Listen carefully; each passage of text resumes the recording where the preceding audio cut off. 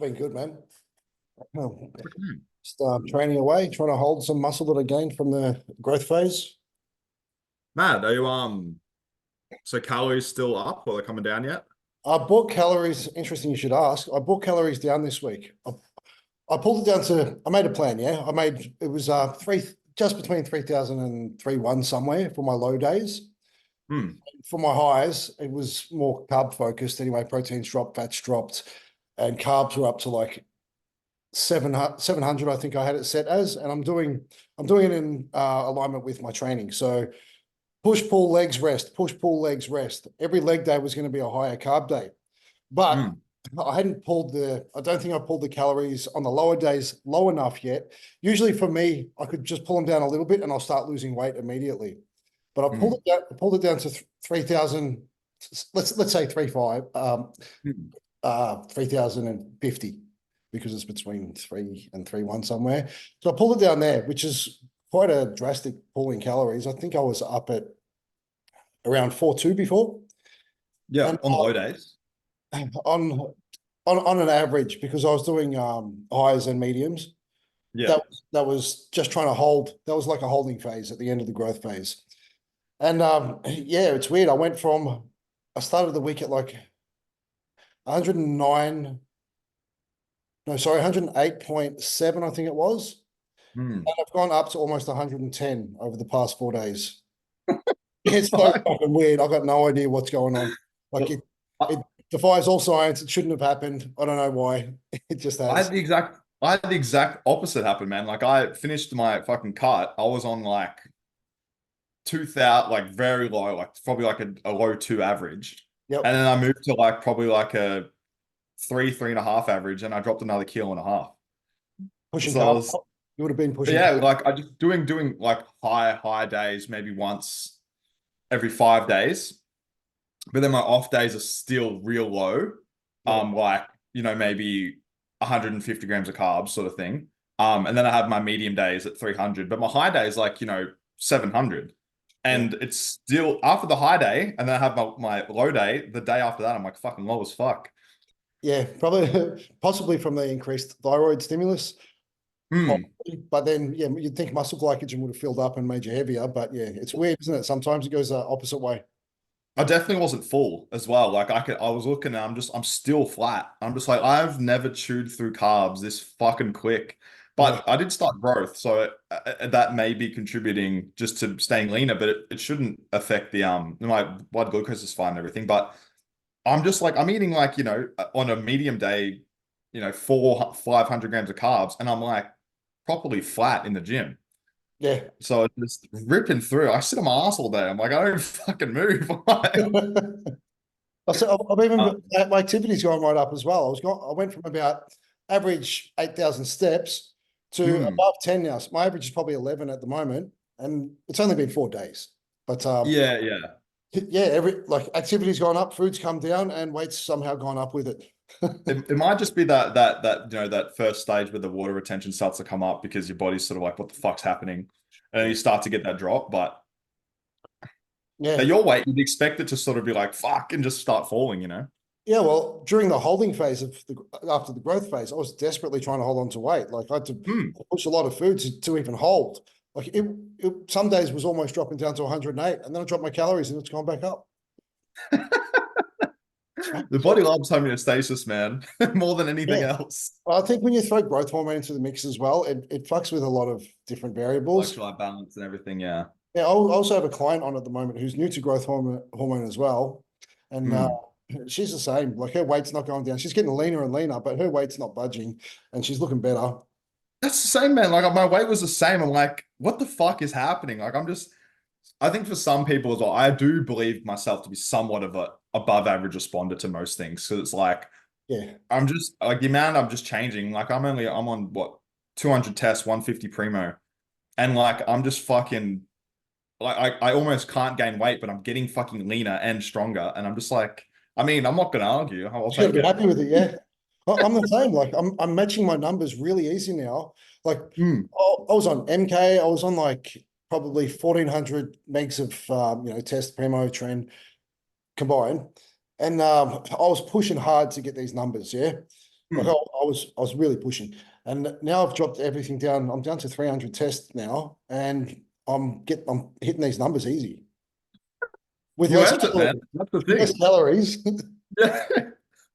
The only thing that makes sense out of that is probably, organs are under a lot less stress from all the food coming in, Mm. PEDs, all that sort of stuff. So you've got a Yeah. little, you're not as fatigued from that. So you've got a little bit more push with your with training. And I don't have a big fucking solid gut in front of me now that I'm trying to move around and fucking all this extra water retention that I'm trying to lift with me when I'm moving. So Yeah. yeah, that's interesting. It's always an interesting phase going back into maintenance. Always, people love it. People love coming out of a bulk into maintenance, and same with Yeah. people love coming out of deficit into That's maintenance. my favorite, man. Going from the deficit into that slide up, because so many things can happen. You can either like keep falling and fucking keep losing weight crazy, or you start just like acquiring tissue you're going to acquire tissue pretty much at the fastest rate ever because you would have lost some. So you're going to get some of that muscle memory initially when you get back. P ratio is going to be super high because you're going to be at a really, lean point. But either way, it's fucking golden. I struggle psychologically with the coming out of the bulk into the maintenance and moving to the deficit just from like a I'm not fueled enough standpoint. Like I don't feel like a fucking animal, but Yeah, I get exactly where you're coming from. Like I've started to flatten out a little bit, and mm, PEDs are down so much. I don't have that aggressive looking physique anymore. yeah, It still looks good, but fucking yeah. it's not that aggressive like fuck you looking type It, physique, you know. it's funny, like with bodybuilder psychology, it's like the leanest you've ever been, that's now the set point of what's lean. Anything above that, you're fat. And then like the biggest, most juicy you've ever looked, as soon as you step back from that, oh, I'm fucking small. It's Yeah, like, it's like, yeah, body dysmorphia is fucked up. Yeah, you know, bodybuilders are quite, yeah, we're pretty mental, aren't we? yeah, 100%. So we want the biggest and the leanest, which you can get. At the same time. Yeah. So moving into fatigue management. Yeah, fatigue management, it's a good one. There's Mm, a lot of people try and train themselves into the ground, but push and push and push. Like the people that have got a good mind for bodybuilding and training anyway, because they're trying to push so hard.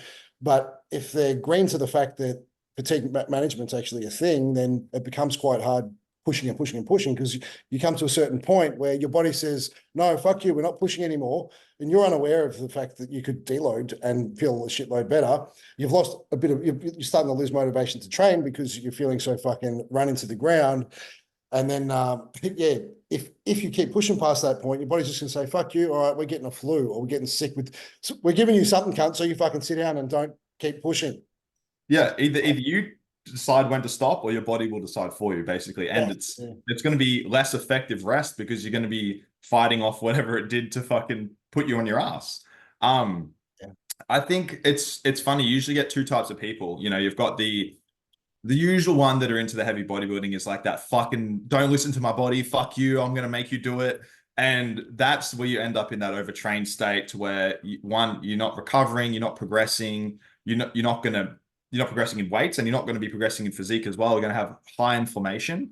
But sometimes you do get the other genotype where it's like they maybe think they're training hard and they're not like you watch their training like I think you had like 10 reps in reserve there, and they don't push hard enough, and it's basically you're usually going to be one of the two. It's very rare to meet someone that's sort of that's not highly developed, that's sort of found the right measure. I know for me I was one that has to definitely pull back, but it comes from the understanding that more is not better. Like there is sometimes, absolutely not even sometimes, there's heaps of times when less is more.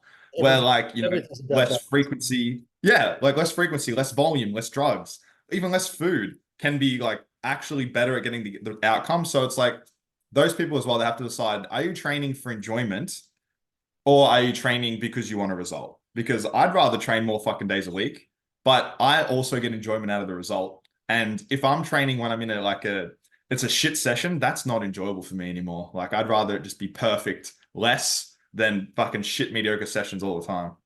Yeah, I think it's good that we're aware of that, so we can kind of pull back when we need to. We can call an Hmm. early reload if we need to as well. Yeah. Other people, they're not too sure and they're just thinking, oh fuck, I don't know, I feel like shit. I don't know if I want to keep doing this or not. Yeah. So, well, with clients basically and myself, I'll set up a 16-week program and Mm, I'll put a deload on week 8 because generally people can, depends on the amount of sets as well. But just say you got like 75 sets a week in total. mm, You can push that for about 7 weeks with progressive overload. Continue to progress every week, and then once you get to week 7, it's hard. Like it's a fucking hard push, but you push your way yeah. through. Like I'll obviously talk to my clients and say, "All right, we got deload next week. Nice hard push on week 7. Week 8, we're going to deload. It's going to look something like this. We'll go about 50 to 70% intensity with in comparison to what you did week 7, and we'll pull up. RPE should be sitting on about 5 or 6, maybe 7." And there's reduced sets and reduced exercises. Mm. Look something like that. That's the basic all-round best way to go about it, I feel. That's gonna the only other metric you can throw in is decreased training days. Like, but if you do those two, if you do, you know, 2 of the 3, the basically it's a balance of the more you take out, the more you're definitely going to recover. But then it's a little bit of like a pushing shit uphill to begin with, the more you take out. And then obviously the other way around is, you know, taking less out, you are able to start again more, but you might actually have to extend that out for a period of time that becomes inefficient. Like I know one style that I learned from Scott Slamman was basically keeping the intensity still at 100%, but dropping down to 1 working set for every exercise. Yeah. And then with that, you can drop a few exercises and, you know, add a few extra rest days. And it just depends what kind of person you are. Like I very much struggle to hold myself back. I'd sort of rather, and that takes a bit more of a feel. Like, you know what I mean? Yeah. Like if I go in and train hard and then I go the next day I'm supposed to train, I'm like, oh, I'll rest, train hard again. I might take 2 rest days. It kind of a bit more feel. Whereas you just go to 50%, do less. You're guaranteed you're going to wash off a significant amount of fatigue. It does have its pros and cons, though. The one that you just said about what Scott Slamman showed you, that's excellent. That's how I'd like to go about my deloads now. Mm. Because if you're going back the way that I said before, the way that I generalize deloads with, 50 to 70%, the problem with that is once you go back into, you finish your week 8, yeah, you've done your deload on week 8, you go into week 9, your muscles are a lot higher susceptible to rupture. So you could tear a Mm. muscle a lot easier coming out of such a soft training week, going back into it, trying to match numbers again. So I have to clearly state to my clients and say, look, we don't want to go at an RPE above 8 or 9. That's a sensible rate for this week. And then we can go balls to the wall again the following week. Yeah. So what you just described with Scott, that's a really good way that I like to do things now, because you've got the benefits of not having to back off the week after. So the week Yeah. after deload, you can go straight back in and go hard because your body's not desensitized to that weight at all. Yeah. So yeah, I think that's the The best way, way to go about it. the way I actually run programs for myself at this point is like I actually never have structured deloads. But if I feel like, for example, if I have one session where I start to feel a bit fatigued, I'll take an extra day off.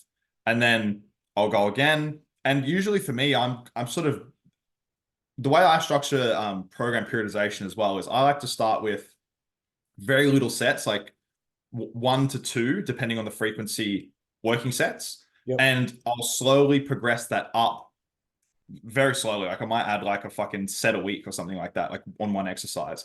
And I'll build that up over time. And the intensity will actually drop just a little bit. Like instead of going like when I'm doing 1 or 2, I'm like going until I'm fucking breaking everything. And then I might leave that at the actual 1 rep in reserve. And then sometimes I might even leave 2. So I'll leave the 1 final one and the half in, or like 1.5 in reserve, basically, as I start to add more volume.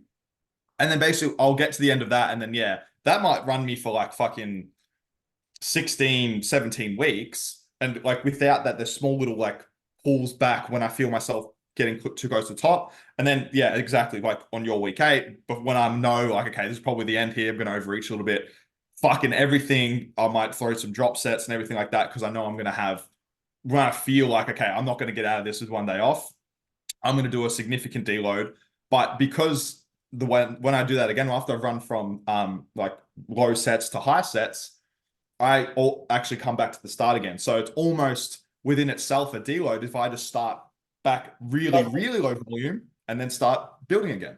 It's actually a really good way to structure things, because what you're saying about the 1 or 2 sets as well, you can go balls to the wall and you're comfortable doing that. Well, I think it's a good way to structure it for to mitigate the psychological side of things. Because when you've got Exactly. 3 or 4 sets sitting there, your first 2 sets, you're not trying to fucking push, because you know that you've got another 2 sets of that to do, which is a sensible way to go about things. But also, like, you could be getting more out of just the 2 sets instead of thinking, fuck, I've still got another 2 sets to go after this, so I'm just going to hold back a little bit more. And then you kind of get, sometimes that's subconscious. yeah, definitely. But if you're doing it like you said, and you're building up along the way, by the time you get up to that 3 sets, you're kind of like, all right, this is progressive overload. This is fine. I'm going to fucking push through hard on all 3 sets. Yeah. And that's why a lot of my clients, I like to start, depending on where they are, but most of them will start at like a full body or maybe an upper lower where it's 1 set. And the main reason behind that, one, is frequency, because if you do less, you can do it more often. And if you can grow from a smaller stimulus, that's great, because we can do it more often and grow faster. But the main reason is, like, I want to teach you what true fucking failure is. So when we add a set, you're not just adding a set of whatever you determined failure was before. It's like, you've learned true failure. You've got 1 fucking chance for that muscle to grow today. That's it. And so you make the most of it. Now we're adding a second set. It's a mirror image of the second one. You're like, you only need 2. Like, that was like, if you do 2 balls to the wall sets, that's fucked. The only thing that I'm starting to come into now that I do think is a valid metric is the basically the neuromuscular efficiency. So, like, when you do multiple sets of the same exercise, usually that 3rd set is the best set, because you've hit your groove, you hit your stride, and like, your body really knows what it's doing, and the engagement you get on the muscle is really good. And you don't get the chance to do that. You move a fuckload of load, but it's not super specific. But when you get to that 3rd and sometimes that 4th is just massive engagement, huge pump, and you can't get that with that higher intensity. But that's why I do like to build into that. But you do have that understanding of what true failure is. I think that's a great way to structure things and go about things. Yeah. Just because a lot of people just don't know, because they've always done, what does everyone start with, man? Like, fucking 3 sets of 10, or maybe you go 10 or 6, 10, 12, and then you do drop sets. Like, it's just sort of, everyone starts with that. And you never, and that's something that, once again, Scott taught me, just to do 1 set just to mentally, and especially if you have those people that love to push themselves. Usually they'll push themselves, they'll do everything. They'll push, and eventually your body comes down to a level where you feel like you're pushing really hard, but you just don't have anything in the tank. So you're putting your foot flat to the floor, but you've got no fucking fuel there. So it's going to feel hard, but it's not actually hard. And that's a completely different sensation. Like, when you come in fresh and you do one of those sets, it's different. Like, you feel just this absolute massive tension everywhere. And you're like, oh, that's what a fucking full set to failure is supposed to feel like. Yeah. I think it's interesting what you said before as well about going by feel with deload. I think it's a great way to go about things, because I did structure a program for myself, and I've done it for one of my clients as well, because I feel they're probably not, that legs are a lacking weak point. And one of my clients does have legs as a weak point. So I've structured his training quite the same as what I did, what I'm about to tell you, with 3 leg days. And I had structured it originally with a deload down in week 8. And I thought to myself, I might not make it to week 8 because it's quite intense. I think it was 102 sets a week or something. Yeah. So that was with 3 leg days in there. So there's a lot of intensity going into legs, which is quite fatiguing, as you know. Absolutely. And I progressed weekly, and week 1 was decent. Week 2 was pretty fucking hard. Week 3 was hardcore. By the time I was almost at the end of week 3, I thought, fuck, I feel like I'm at week 7, where I'd usually do the deload next week. So I had to restructure the programming, and I did a deload every 4 weeks. So I'd push hard for 3 weeks, and then I'd pull it back a little bit with a deload like what we just spoke about, where I'm not pulling it back too much, but I'm getting some sufficient fatigue management in, getting some rest, recovering somewhat, and being able to then go into, say, week 1, 2, 3, progressing, deload on week 4, then week 5, I'm able to then progress on the week 3 without having to slow down my pace at all. So by the time you get to 8 deload, you've done a fuckload. You've done a fuckload of progressive overload as That's well. the volume, yeah. Yeah, you've made the most out of things, and that's because that was because it was during a growth phase as well. So I had carbs going up and up and up too, which was great. And yeah, It depends what metric you're using to push hypertrophy. Like you can use volume, so it's like we have to get the volume in, so therefore you're just gonna have to deload, or whether you're using intensity to push that hypertrophy, and that's where you can sort of do what I do. But neither of them is correct or better. They're different. Eventually, you do both, because you'll adapt to intensity, and then after you've probably run that for 12 weeks, there's only you can't exactly progress volume from there. You know what I mean? It's like now time to pull back and.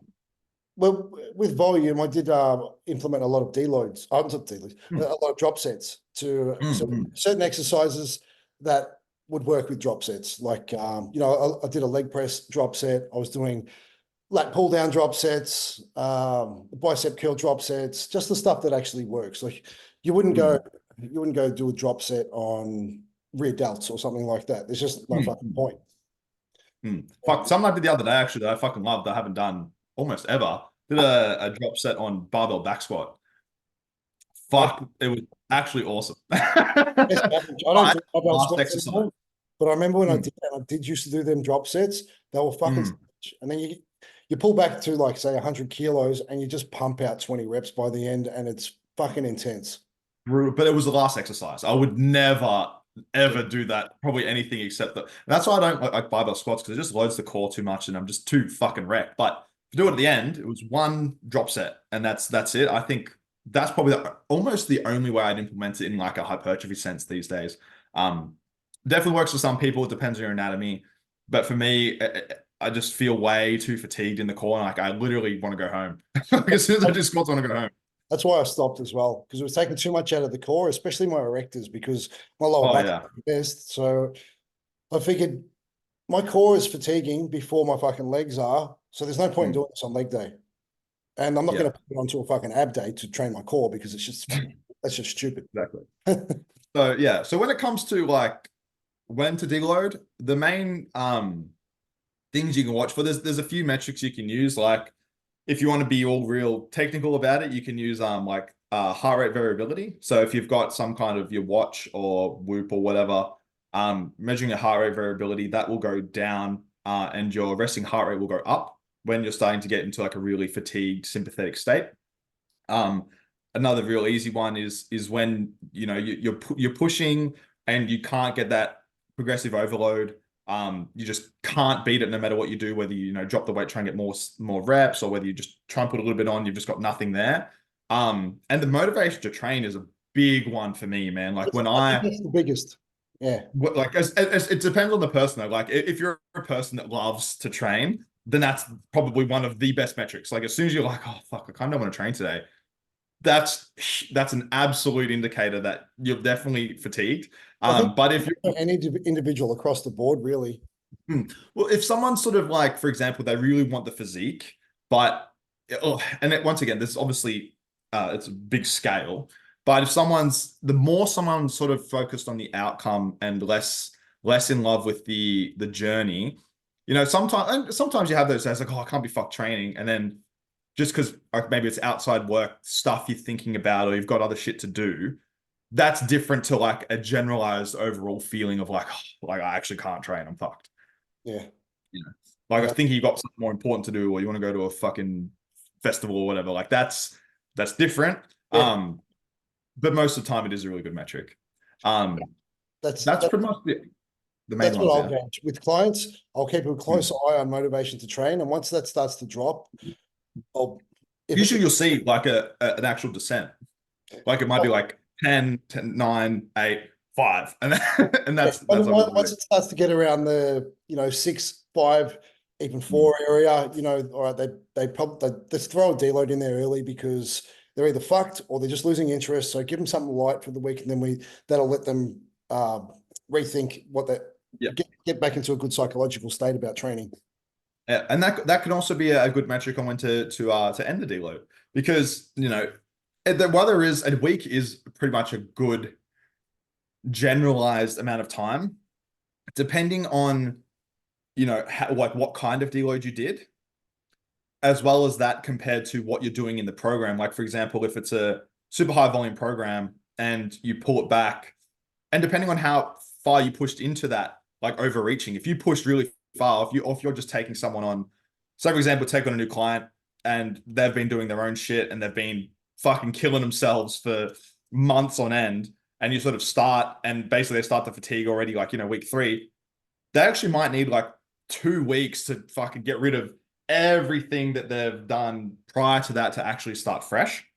But once you've sort of, what they've done, it's a lot easier to mark sort of how long you sort of actually need the deload for, and compared to what you're doing in that deload.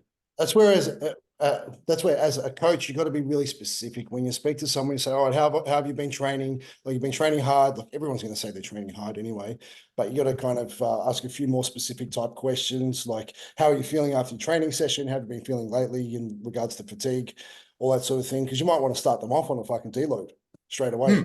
Yeah, exactly.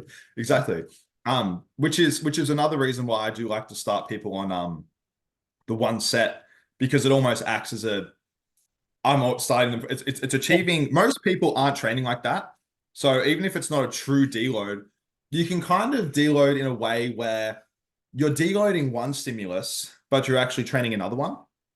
To where, like, if someone's usually pushing a shitload of volume and drop sets, then even if they're really pushing hard neurologically in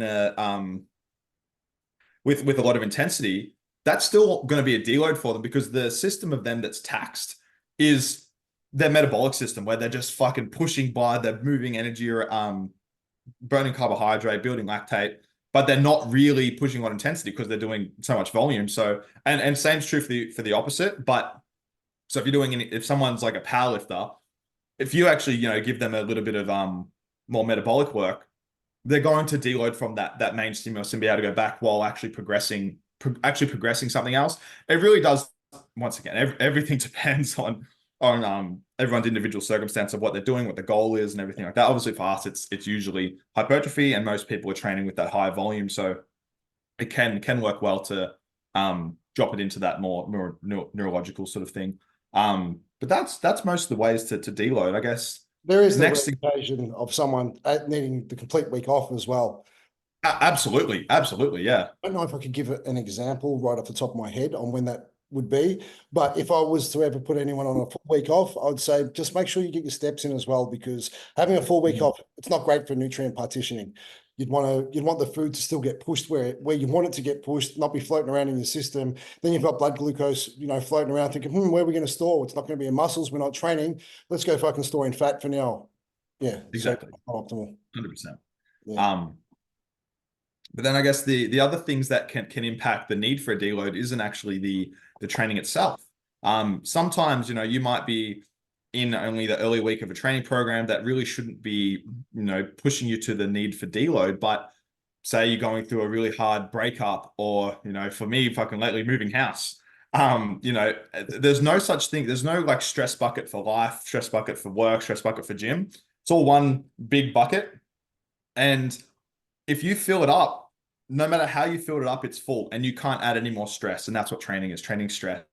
So if you've got a lot going on, if bodybuilding and hypertrophy is your main focus, then you need to work on all of the metrics of stress coming into your life and reduce them as much as possible, so you can dedicate as much stress accrual as possible to your training. Yeah. I think what you just said about moving house, that's often a time when people won't get their training done for the week. So it's a great time for deload, because even though you might not be in the gym pushing weight, you're still lifting. You're still using all the muscles that you would be when you're in the gym. So you're still pushing, that nutrient partitioning is still there. You're not missing out on that side of things. So moving house is a great time to deload. Exactly. And it would be a stage where a lot of people would push themselves into massive fatigue just from all the stress and everything like that. So, but that comes to, I guess, other fatigue management can be, it's not just about the gym. So fatigue management can be, if you're a stress head and you stress about everything, I've heard a lot of people say, you'll funnily enough find the big dudes in the gym, or the biggest guys in the Olympia, you meet them, they're always the most chill fucking guys. And Is that a coincidence? Probably Yeah, not, because like they're the ones that the only stress that's coming into their life is from the gym. So they're able to do more, recover from more, grow more, and get faster results. And that doesn't necessarily mean that they live stress-free lives. It's just that their environment may be stressful, but up here and physically, they're not stressing, they're not producing that cortisol and moving their body into that massive sympathetic state. So working on your own ability to handle stress, whether it be or mainly outside the gym, because you can't really work on how your body handles the stress in the gym because it handles it by stimulating those pathways, and that's what you need. But working on your ability to handle stress from work and stress from relationships, everything like that. outside from the gym, especially Absolutely. relationships play a big role in impacting stresses. You know, if you've got kids, that plays a big role in things as well. 100%. Yeah. Personally, I tend to manage that type of stress pretty good these days, but I was in a situation where I was in a very stressful relationship, and my body just it didn't seem to. Doesn't respond. I was on a plateau for the end of that relationship. Didn't matter what I did, my body didn't want to respond just because there was so much stress in play. But then, Inflamed, like, as well. sorry. You get inflamed, like you can feel Yeah, it. yeah, I look like shit. I look back at photos now. I think, fuck, I look like shit in that relationship, and I really did. And yeah, now I think, fuck, why do I look so much better these days? Maybe because there's so much stress out of my life now, and I can manage things a lot better. That yeah, my physique just reacted completely different. Just like another example, not on in terms of stress from outside of the gym factors or anything like that, but when I was prepping for comp once, I stressed my body the fuck out. Like I pushed and pushed hard, right?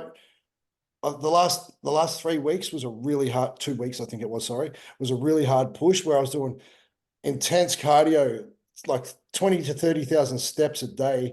Maybe sometimes two cardio sessions, my training, just fucking getting up at ridiculous hours of the morning, starting to walk, walking until ridiculous hours of night.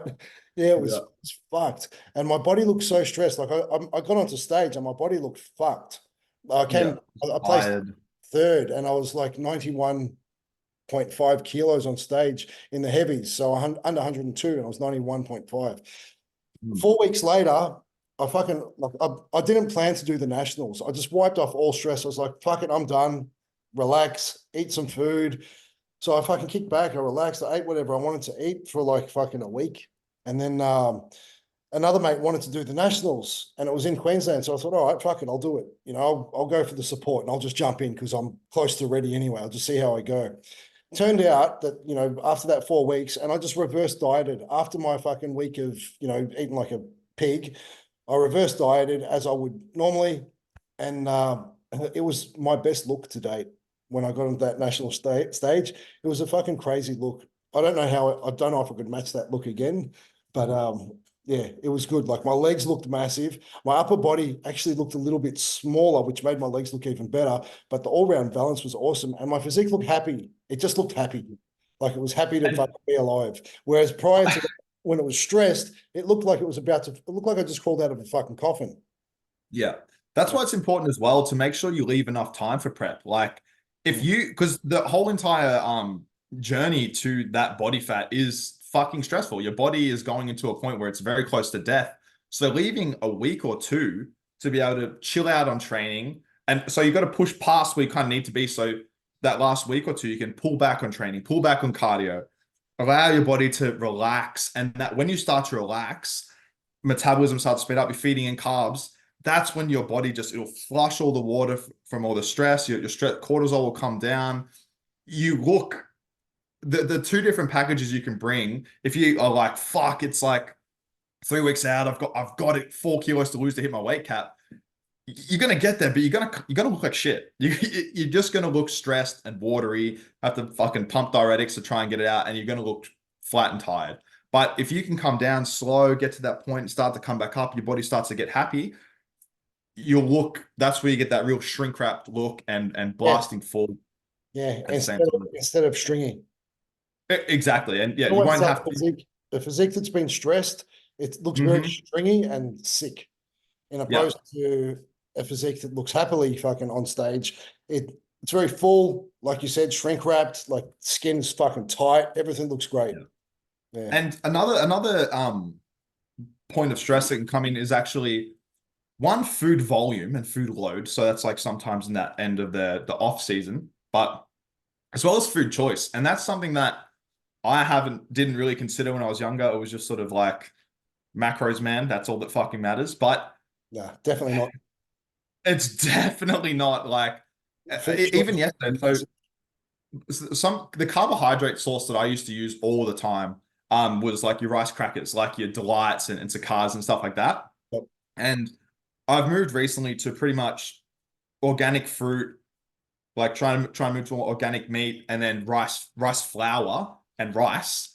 And my body looks completely fucking different.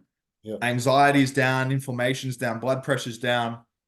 But yesterday I had the cicadas again, and I fucking felt that same feeling, like flushing my cheeks, a bit of like pressure everywhere, joints starting to feel it a little bit. So for me, I'm hypersensitive to whatever fucking oil they use to gel it together. Yeah. And now I'm also with, once again, omega-3s, make sure I have mackerel, sardines. I'm probably to the point where I'm like hyper anal about everything, to where I have omega-3s in the morning, at night. I have omega-6s around like pre-training. So like I'm trying to create the most anally retentive, efficient environment as far as nutrition. Yeah. But it, once again, I don't know if I'm placeboing myself into it, but my body has never responded so quickly on so little. And I've never felt better, like cognitively, in the gym, fucking happy. And there's a funny thing that happens when you start to move away from those shit foods. After about 2 weeks, man, fruit and natural foods start to taste fucking awesome. Yeah. Like one, The best. And rice is like magic. Like there's no stomach distension. The carbs are great. It's clean. It you just doesn't get hungry. shit. There's no processed bullshit in it. Unless Mhm. of course you're getting the packet rice. There's probably some shit in that that's not great. I haven't looked completely into that, but obviously, like the fats are higher in that, so it's obviously they've cooked it in oil to preserve it. And I'm not exactly sure what type of oil it is. There's got to be something wrong with that stuff. But normal 100%. basmati or jasmine rice is fucking great. I've actually been using this week sushi rice, and The I've sushi cooked it rice in, is good for volume as well. Like it's just and like white vinegar and fucking not white, rice vinegar and a bit of soy. And fuck me, I can put down rice like it's no one's business now. Like that, and that, once again, everyone's different. Everyone's a genetic individual when it comes to food. yeah, I definitely am hypersensitive. There's a lot of people that can get away with, more inflammatory foods. But at the same time, just because you can get away with something doesn't mean you necessarily should, especially for health, especially if using PEDs. yeah, You're already picking one poison. Fucking, you should be moving everything else towards yeah. stay healthy so you can do this. And who says that just because you can handle that in that inflammatory food now, it's probably doing damage while you're trying to handle it. As you go over time, it's going to do extra damage, and you probably can't handle it as well anymore. Exactly. And it depends how, like, once again, some people are a bit more like body aware than others. I think I have hypochondria and I'm hyper anxious about it. So I can That's something feel that you can build over time. exactly. And it's the only way is thinking to look, because knowing that you feel like shit and realizing why are two different things, and they both take actual effort. Like, you don't know that you felt like shit until you feel good. And then you don't know why you felt like shit until you do something and you relate it back, like, oh fuck, I'll do that again. That was it. Like for me, that was rice crackers, because that was something I did every day. I didn't even think to assume it was that, because it was just something I did every day. Oh, it must be I'm gaining weight, but it was a specific food choice that was making me inflamed. Yeah, and that's it. That's another whole topic again. Is fucking Yeah. body awareness. Anyway, this video's about to finish up, so we'll finish this one here. Yep. Do you want to send me a link now, and we'll do the increased calories and PEDs? Yeah, easy. All right, cool.